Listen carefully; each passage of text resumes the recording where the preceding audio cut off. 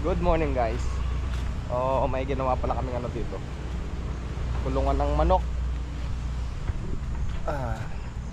Saan na yung ano mo dito?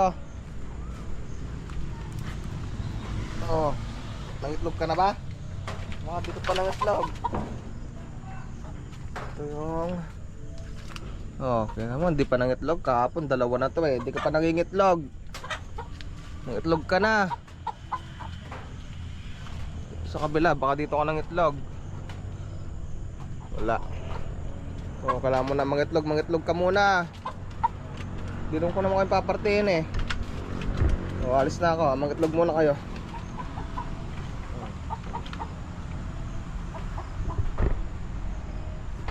Yun guys, yung mga manok na yun, nabili ko yan 250 pesos kada isa. Ayan o. Pati to. Ito ang kagandahan guys, tignan nyo. Itong manok na to, nabili ko rin ng 250 na may kasama ng sisiw. Kaganda ng mga sisiw niya oh.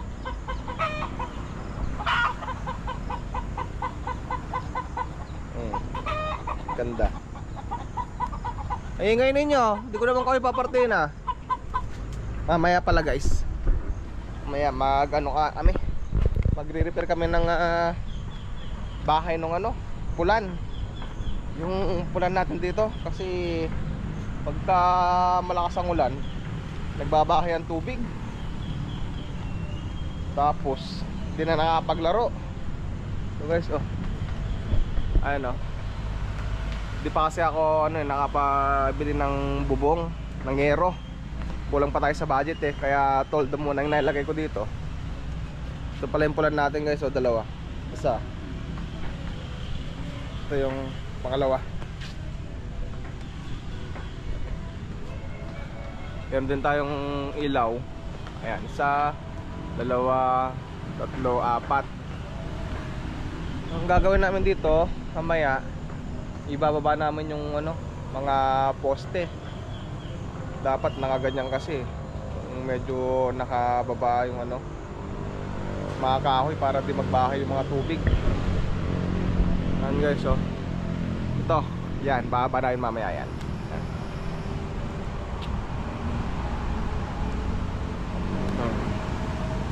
Malaki na pinagbago dito guys. Malaki na yung development dito sa likod ng tindahan. Kasi to dati sobrang lalim ng ukay dito. Pinatabunan ko na yan. Ito na rin yung natin yung septic tank. Hindi na rin natin nagamit yung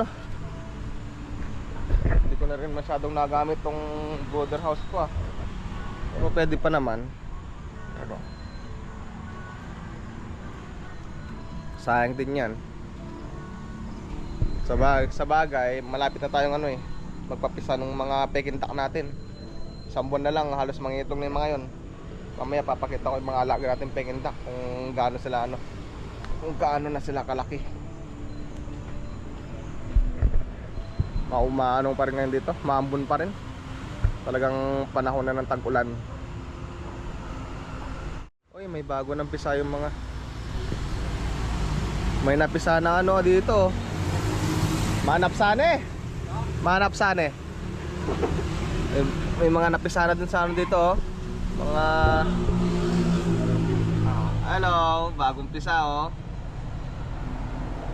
Parang ang dami yatang napisa. Marami yata silang napisa Siguro mayroong mga yan, kahit mga 7 lang. Hello. Hello. Rin. Lalaki lang kasi. Rito mga puti. Lalaki lang yung mga ragula. Lalaki lang bas Lalaki lang. Maglalabos ng bayo dito ng tulong. Ha?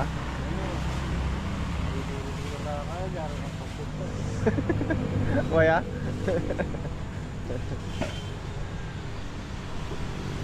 Guys, ang ganda yung bahay niya dun sa itong nasira ng puno ng mangga. Malabas na kayo dyan.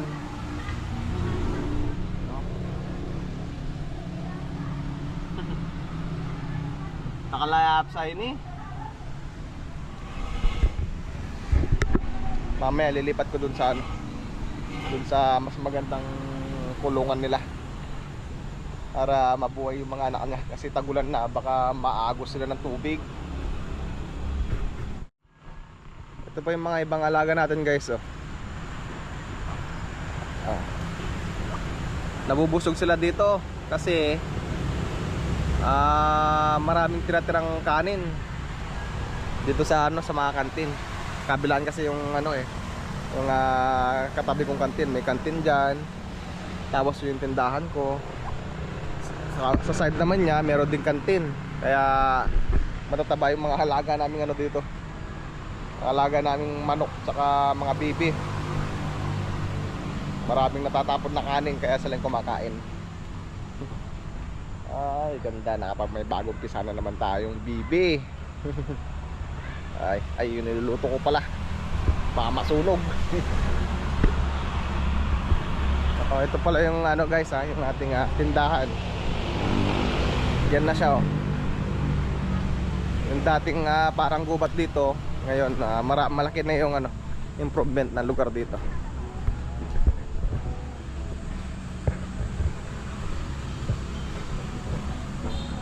Ayun na siya, oh.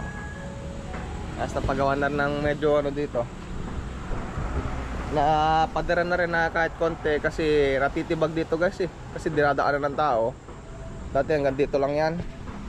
Ito lang dating ano niya, yung pader niya. Kakadaan ng tao, yun, nangasira-sira. Ano? Tag-ulan na, sobrang lakas pa ng ulan pag ano, natitibag, kaya pinabakod ko na ng ganyan, no? Pinapaderang ko na siya.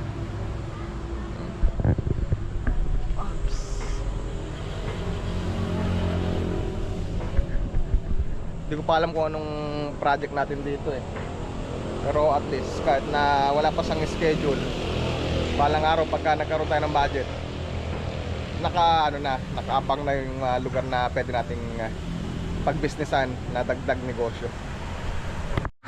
Ito naman yung mga alaga nating Peking duck.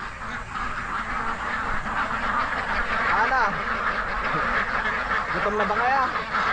Kakain na. Gutom na daw sila guys, so tara, kuha tayo pagkain nila. Saglit lang, kumuha tayo pagkain ninyo.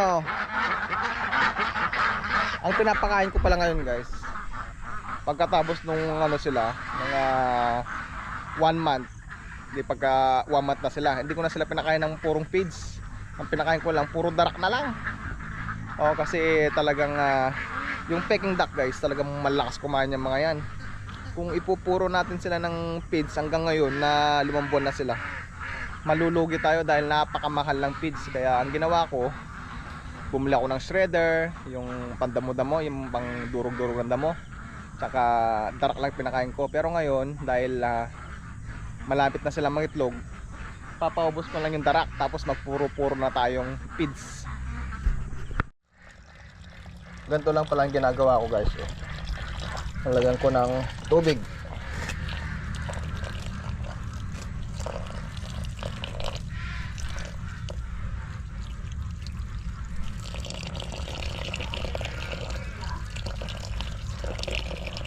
May sumasagot dun guys, Kalahatan ng asawa ko, kinakausap ko.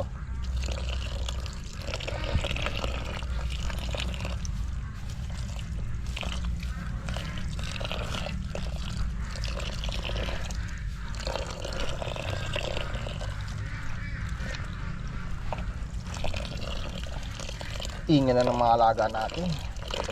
Nagugutom na sila. Oo, yan na. Saglit lang.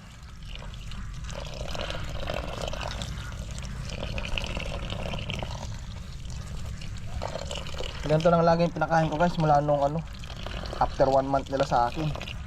Kaya nakapilit tayo.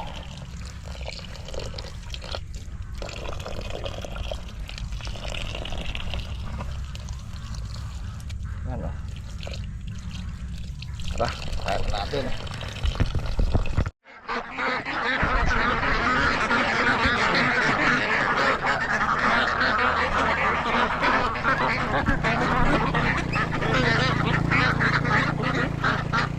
tinakaw nila guys oh. Ganyang kalakas kumain yung mga Peking duck. Kulang pa yan kaya dagdagan pa natin. Wala yung malaking timba ako eh, kaya kulang pa yun. Tara, kuha pa tayo isang ano pa sa pagtimplahan pa ng ano pagkain nila. Ito pa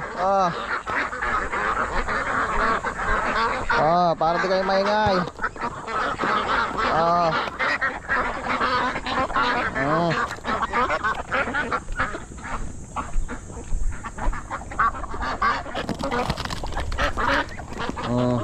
Yan.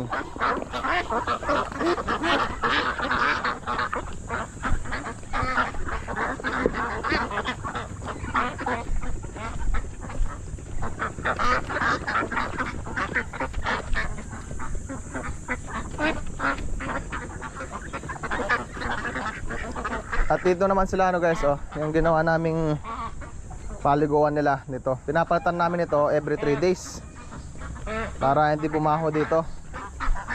Tapos ito naman yung ano, itong inahanda kong pangitlogan nila balang araw. Kasi next month palagay ko ano to eh, mangitlog na sila. Kaya ito, para hindi sila mabasa, kumuha lang ako ng mga ano dito, yung mga pinagtagpi-tagping mga tolda. Tapos yung mga lumang yero. Ano, tagpi-tagpi nga lang yan guys oh. Ayan oh. Yan, iba-iba pa nga yung kulay ng tolda oh. Pinagpupulto niya sa tabi-tabi para makatipid tayo. Yan. Kahit paano, kahit malakas ang ulan sa susunod na araw, kapag nangitlog na sila, hindi na sila mababasa dito. At hindi mababasa yung mga itlog nila. Ayan. Ang guys oh, lalaki na nila. Parang kailan lang. Itong alaga natin guys ay 5 months na sila. 5 months old. So magbibilang lang tayo ng ilang linggo. Siguro 4 na linggo. 6 months daw eh bago mangitlog ito eh. Kaya ayun, tataba nila guys oh. Yung ano guys, yung ginawa kong yun na purong darak lang ang pinapakain ko, dahil pinapastol ko naman sila. Kaya marami silang nakakain na organic, mga suso-suso, yung mga insekto. Maluwang kasi dito guys yung mga bukid dito, pero hindi sa amin to, nakikipastol lang ako. Pero dahil may pula na sila doon at malapit na sila magtanim dito, kaya kinulong ko na sila. Isa pa guys, kinukondisyon ko na sila dahil yun nga, malapit na silang mangitlog. Kailangan ko nang i-kondisyon yung mga katawan nila para preparing ba sa pangitlog nila next month. Ayan o. Ang dami ko na pinakain guys, pero maingay pa rin sila oh. Ang lakas talaga nilang kumain. Oh, ayun guys oh. Doon sila naman ano, pagkatapos ng kumain, doon sila maliligo. Tapos dito sila umiinom. Ito kapapalit ko lang kayo na to. Pero marumi naman agad. Kasi minsan naliligo pa rin sila dyan. Meron na nga silang liguan doon. Dito pa sila naliligo. Ayun.